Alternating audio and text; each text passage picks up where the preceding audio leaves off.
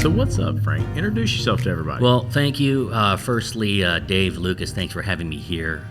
Really excited to come out and talk to you guys about some of the cool things that we're doing here at DENSO. For everybody listening, my name is Frank Choi. I'm the Business and Product Development Manager for DENSO's Connected Services Department. My home office is in Long Beach, California, and just happy to sit here with you out in Austin, Texas, after 14, 15 months of being cooped up at home. Absolutely. So what's connected services like? What does that entail? Well, most people, when they think of DENSO, they think obviously repair, maintenance type of parts, right? Sure. We're OE suppliers to pretty much every make that's on the road today. But DENSO also does services as well. And, the full name of the company is DENSO Products and Services. So my department represents the services side. So we have telematics solutions. We've got IoT solutions. And Is that mostly to the dealers? no, the aftermarket. Okay. Yeah. Now, whether it's directly applicable to the automotive aftermarket is one thing, but it could be a different vertical segment within the entire aftermarket itself. Okay. Yeah. So today, I'm actually here because we have a different product called Vehicle MRI, which was designed predominantly for the independent repair garages, basically to help them start building better estimates. Yeah. Yeah, And so it we're has. excited. We'll talk about all the applications we'll have for this. Absolutely. So we're down at the M room. What's it called? It was the M room. Yeah. It's the hospitality suite at the hotel. So we're down at the M room, and these two guys from DENSO just happened to be just chatting, blah blah blah, and Frank here drops his bomb. Yeah. And it's like, we're working on this thing, it does all this awesome stuff, and my mind just fireworks started going off in my head, and I'm like, holy crap, Right. this is going to be nuts. And he's like, yeah, it's this thing. So explain the software. So it's an app.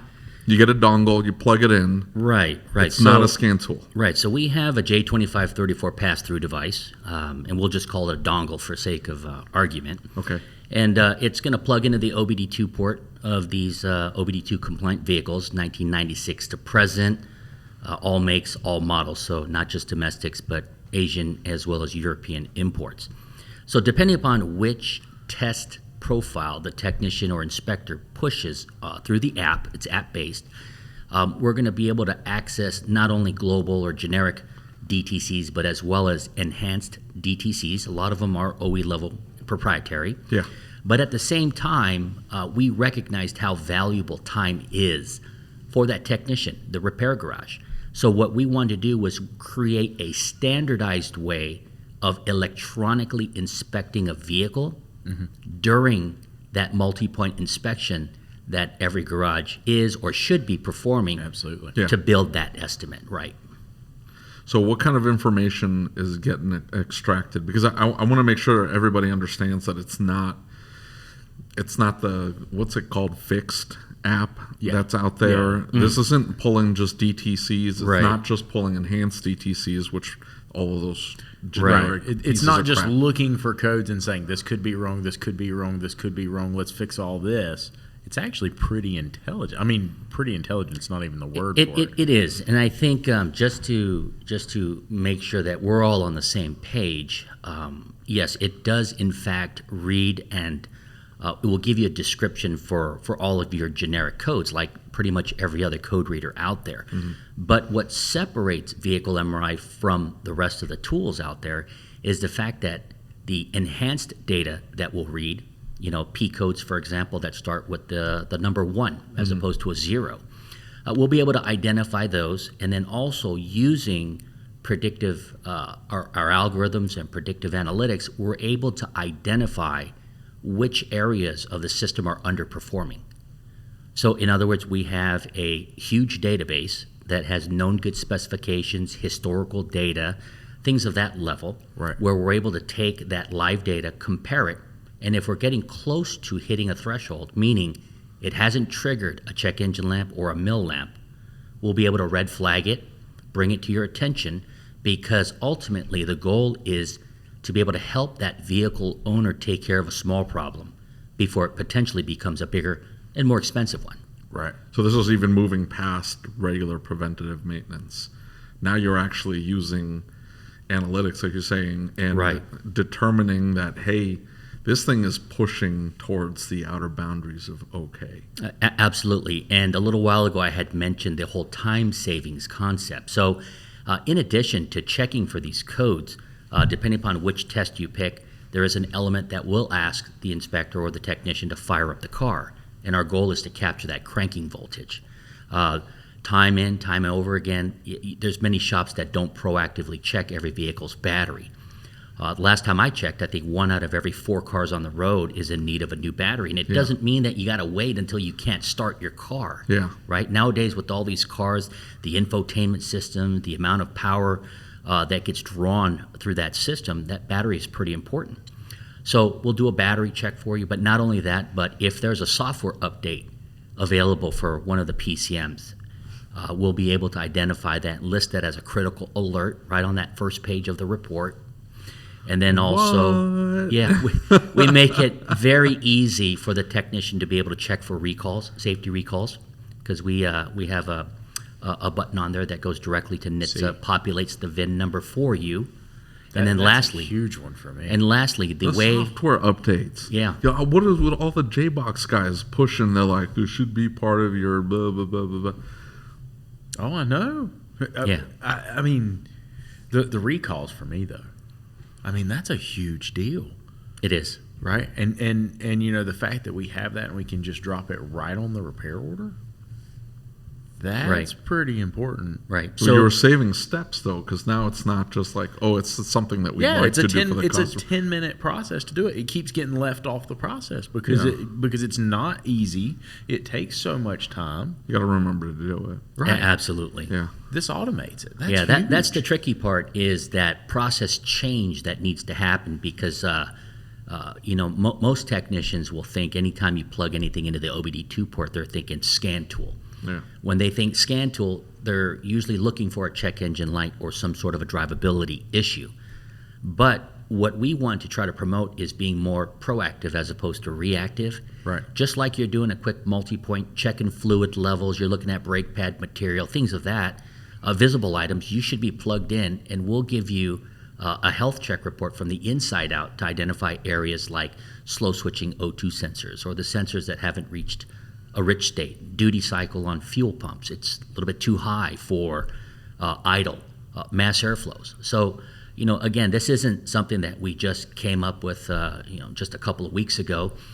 When we had developed this, we actually had it out in a 2-year test market, just basically working with some of the best shops all across the country, as well as some of the smallest shops, because we were required to sample all different shops. We're talking 20 bays, 3 service advisors, down to the mom and pop shop that maybe still uses a hydraulic jack and jack stands. Right.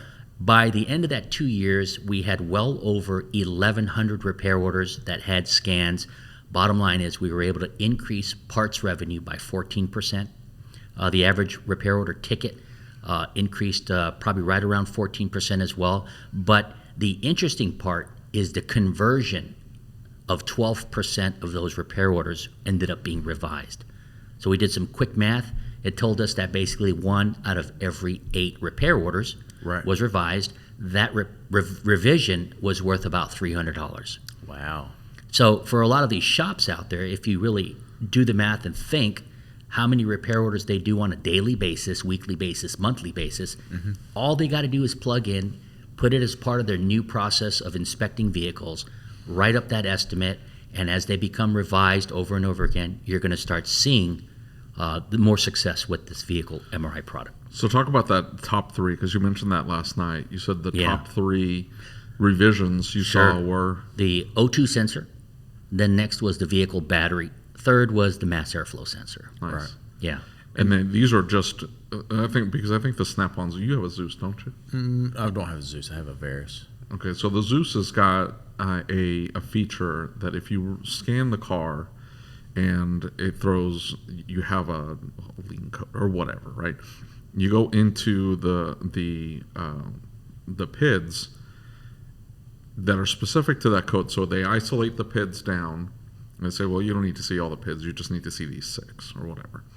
And then if there's a PID that's out of range, it flags it and tells you, hey, this thing should not be reading as high or as low as it is. And you can it's very specific. You got to do it at idle and this, that, and the other. But you're catching it beforehand. You're saying that, hey, this thing is already kind of pegging where it should. At that point, if the Zeus is already catching a PID, a single PID or multiple PIDs, at the point of failure, you're catching it beforehand. So now you can introduce the conversation with the customer and say, hey, these O2 sensors are being flagged as possibly getting a little too lazy. That's correct. The O2, I don't know what Denso's official position is, but I was always taught in the parts world that oxygen sensor should be viewed as a maintenance item, no different than a spark plug. Absolutely. Because the O2 sensor, we all know, can be affected by a lot of different areas of that vehicle, depending upon how well or how it hasn't been maintained, over a period of time. Well, and you know what's crazy about that is I know all these shop owners on here are like, what? Nobody ever told me that. But let's be real. That's one thing that we've seen a lot of fuel mileage improvements. If you've got a oxygen sensor that's switching slow or doing something weird, man, you'll see fuel mileage improvements. Your client will really like you. But what are the ever cinches? Right?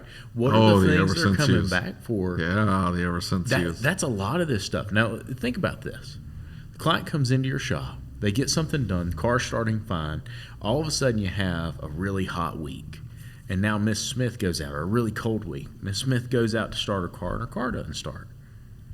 Just because we didn't take time to follow that part of the process. How important is it? I mean, this seems like a way that a lot of these ever cinches could get called before they become ever cinches. He's saying vehicle batteries because we're testing every battery that comes in the door. But that battery might be and some of these battery testers are very fancy. I've got this Snap-on one that's very fancy. But if the conditions are just right, it's probably going to spit out a good low charge or good battery. But you're looking at cranking voltage, and this is a Jim Morton thing. That was one of his it's one of his videos from like 1994 or whatever that he was doing. It was his first test. Anytime he had to do diag, he was going to go out, I'm going to check the battery. He said, you wouldn't believe how many vehicles have problems, that everybody's chasing the problems, the vehicle battery. And he would test it by cranking the vehicle 6 times, and on the 7th he would check to see what cranking voltage was.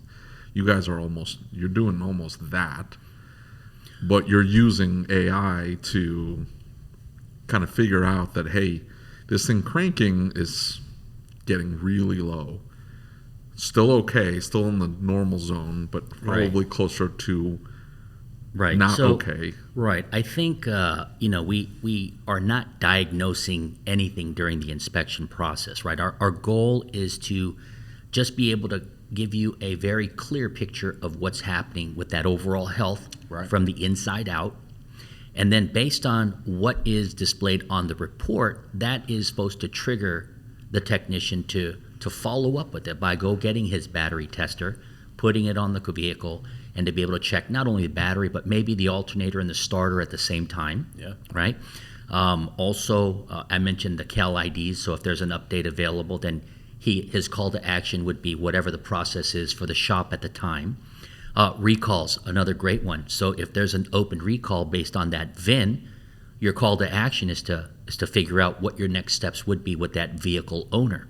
Now, if we didn't have all of this, what are the chances that those individual processes are being completed on a day-to-day basis, vehicle after vehicle, shop after shop? 0. Right. Takes too much time. So again, the goal of Vehicle MRI is to just have that standardized process.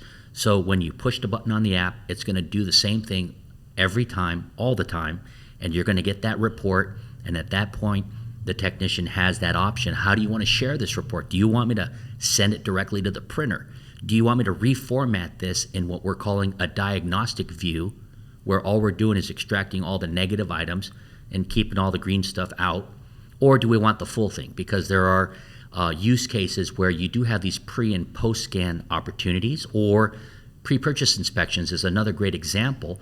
Most of the time, Purchase inspection. yeah, most of the times the buyer and seller of a used vehicle may meet up at a shop, and they'll put it up on the rack, and the tech is doing his thing, doing a 100-point inspection. Jack up the price of my pre-purchase inspection. Well, it's been known to happen with this particular product. So an advanced health check takes a little bit longer, but we're really getting into the weeds with the available controllers that are on that vehicle. Right. And then that report is a very nice supplement to whatever it is that shop already issues as part of that PPI program. Absolutely. And so Gary Keys just posted, said it's a very interesting tool. He was part of the beta testing for it, so that's pretty cool. Thanks, Gary, for sharing it with the rest of the world. I appreciate you doing that.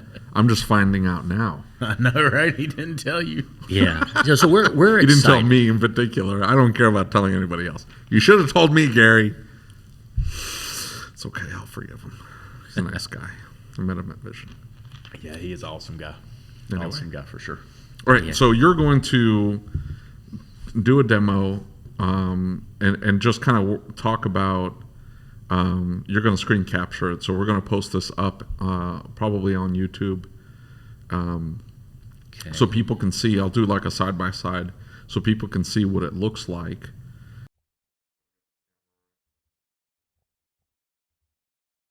And so it's initiating communication with the with our dongle once it's plugged in.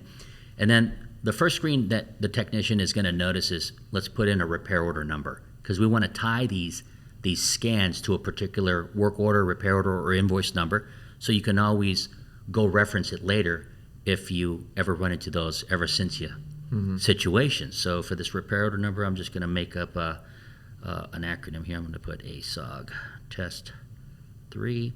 Vehicle odometer. If that vehicle does not support a VIN pull, then the technician can manually put it in. So do this like this. Hit submit. And then now it's starting the test. Again, this is where the technician can continue doing their visual inspection. And depending upon which button they push, it can range anywhere from 90 seconds up to 10 minutes, depending upon the level of data that they're looking for. Obviously, the newer the vehicle, more computers, probably takes a little bit more time. He keeps saying technician, but I want shop owners to realize the service advisor can do this. At our shop, the service advisor picks up his Android phone. He he punches in the customer's concerns. He puts the basic services on there. He puts what technician he's going to dispatch it to. And then he grabs all the plastics and floor mats and all that stuff. He walks out to the car and he opens the door. This is a very specific procedure. We have this laid out in AutoText Me. He opens the door. He starts the car. He takes a picture of the instrument cluster. That's to grab mileage just in case we forget to punch it in. He takes a picture of the door jamb. He closes the door. The vehicle's still running. He takes a picture of all the doors, all 4 corners, windshield, front bumper, rear bumper, and then he'll drive the vehicle to our staging area. Essentially, it's a parking lot, and waits for the tech and locks it up. And he comes back in and grabs the next set of keys for the next to check in the next vehicle. In that process, I'm going to have my service advisor plug this thing in and run whatever on there to essentially have one more tool to then start talking to the customer about preventative maintenance. Right. These items are getting close. Prevent the ever since use, because Absolutely. hey, this thing here was something we needed to follow up on. Like you're saying, it's not taking place of the diagnostic testing, but hey, this is probably something we need to look into. No, I'll just deal with it later. I'll go ahead and decline. I'm not going to get that phone call. That conversation is like, hey, my check engine light came on a week later. It's like, yeah, let's take a look at the codes. Finds out no 2 sensor code. We talked about this last time you were in. You declined that test. What's your cell phone number? 217 690-0263. And the entire internet just heard it. Hey, Andrew Minkler says, there you go, David. Service advisor or assistant grabbing all of the info and priming the tech for a proper bird's eye view of what's coming in the door. A priming of what's coming down the pipe for the work that's coming in. Yeah, absolutely. Yeah, so this is just, there's a constant issue at our shop. We don't do. This is also a Jim Morton thing. By the way, he's going to be at AST. He's going to be the big celebrity at AST. Him and Lucas. He would spend a long time at the counter with the customer, interrogating the customer, because by the time he got the vehicle, he just did diag. That's all he did. By the time he had the vehicle, it's already been at 6 other shops. None of them can figure out. So now he's asking questions. What time of day is it happening? Is when you turn left or turn right? What's the ambient temperature? What were you carrying in the car? He's asking all these in-depth questions. And sometimes my service advisor, he doesn't always know what to ask. And so a lot of times he gets the story from the customer. If he knows to ask, he'll ask. The vehicle gets dispatched to the technician. The technician goes as far as he can, and then sometimes it comes back to, can you ask the customer A, B, and C? Some of that is going to be prevented by having something like this to, oh, look, I got a text. Yeah, we just put your telephone number out. Of course you just got a text. Oh no. I'm getting inappropriate pictures. Dozens of them. Wow, this thing is cool. Oh, wow. So many. So, as I mentioned before, the technician, after the scan's done, can send this report in a couple of different views. The one I just sent you via text is the diagnostic view. Lucas, I sent you several also, including the full report, just to show you the difference between the two. And again, this is when the service advisor can glance at it and make their recommendations for something as simple as a mass airflow sensor cleaning, or maybe even an O2 sensor job, or a Schedule B or a C type of a service based on the findings that he sees there. And then the whole goal is to just continue repeating this cycle and being able to continue offering that level of transparency.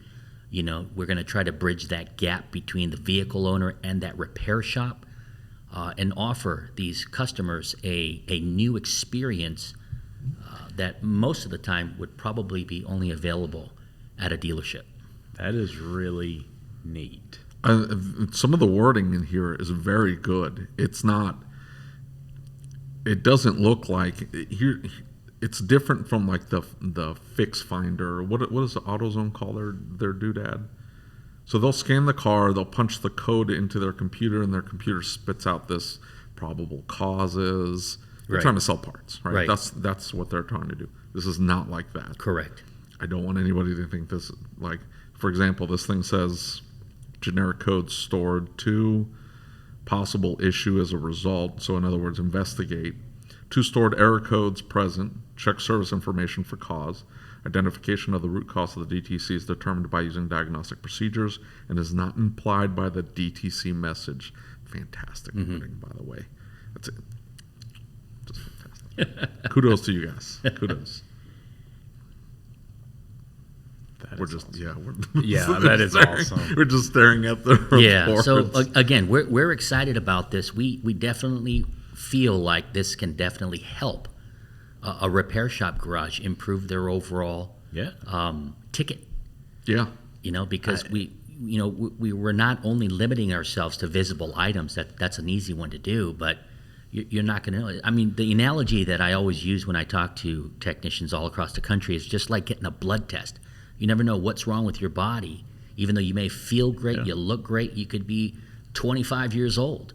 But once you get an MRI done or get a blood test done, that doctor is going to have to interpret the lab results, which in this case, the technician or the service advisor is going to interpret this health check report and be able to recommend a course of action.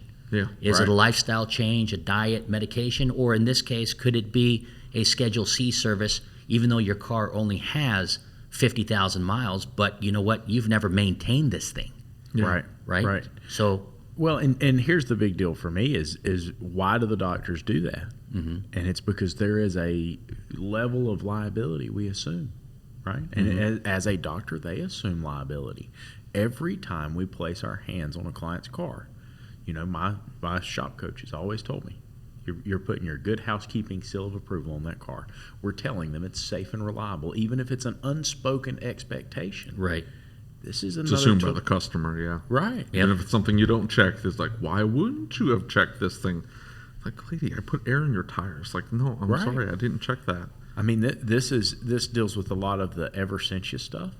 This deals with a lot of the liability stuff because it's kind of giving us a better picture, and it's preparing the technician for what's coming in the door.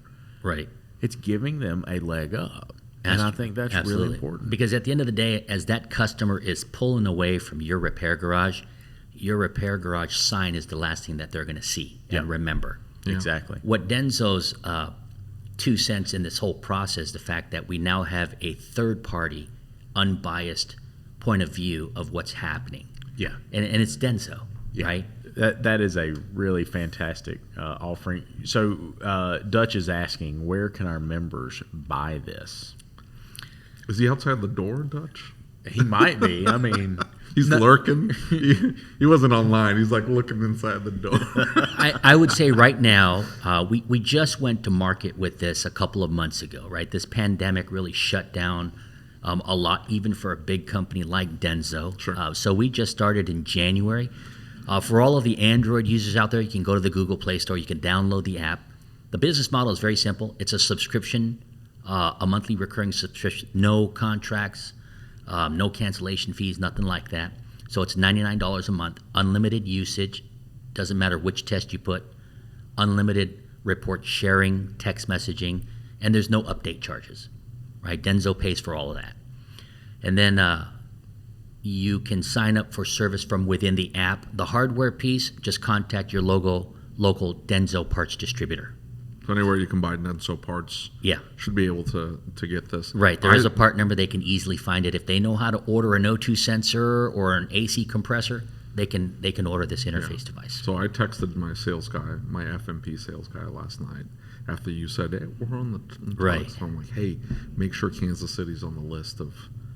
I don't care about the other shops. in FMP's Kansas great. City. They're great. I want this thing. We're getting a lot of calls already, I know, from North Carolina. And when I do a quick lookup, FMP's all over North Carolina. So it's Yeah. only fitting that they jump on board. They expanded quite a bit how much of Denso stuff that they carry because they had some, but now, I mean, they're like, because they have like 6 warehouses in Kansas City. Like now they're my go-to because I know they stock that alternator, that starter, that radiator, the oxygen sensors, mass airflow sensors. I don't have to check them and then check the second guy and the third guy and the fourth guy. Right. Like they just stock it. Which kudos to Kurt Barton, who's my sales guy. He's like, yeah, we're gonna get in bed with them. We're gonna carry absolutely everything we can. I'm like, fantastic. So TechNet just sent me a message and said that I got a free TechNet coffee cup. and so we should probably ask them and make sure they're carrying this too, right? now you're getting coffee cups, and now you're name dropping. No, I'm just saying I got a free coffee cup, and it just made me think that folks they need to probably quit need this. sending Lucas free stuff. He's only free thing inundated. He's getting inundated with free stuff. I got an AMI pin. No. I just want to tell folks here. I'm sorry, Frank. I have to tell people this here. I didn't bring Q-tips. I forgot Q-tips, right? So you're just digging in your ear with some toilet paper. And I walk into Lucas's room to get some of the stuff set up. And I go to the bathroom and I walk out and I look down at the sink and there is displayed beautifully on his sweet sink Q-tips provided by the hotel. They made sure that Lucas got Q-tips. Maybe they thought I had dirty ears. I'm just saying, you got Q-tips and I got Jack. Hey. Poor Dutch had to go down and request toilet paper. They didn't even give him toilet paper. Lucas, however, I don't know. They gave him toilet paper. They did, but he had to go down and get He's it. a heavy He's like- consumer, okay? He's a heavy consumer. He He says is. he said, "I'm not watching this. I'm watching this. I'm not lurking outside the door, David." Sheesh. Gary Keys asked, "Is there any part groups that are offering an incentive or a discount on the subscription?" Great question. At this point, no. Okay. The parts group we wanted to remain agnostic from, at least for this go ahead with the launch of the Android. And I also forgot to mention we are coming out with an iOS version as well. Very cool. Yeah, that Very one will cool. probably, our slated pre-production release or reveal would most likely be at Apex. Nice. Yeah, with possibly, and then Denso's strict quality control shortly thereafter. We're probably thinking inside the App Store, maybe sometime Q1 of 2022.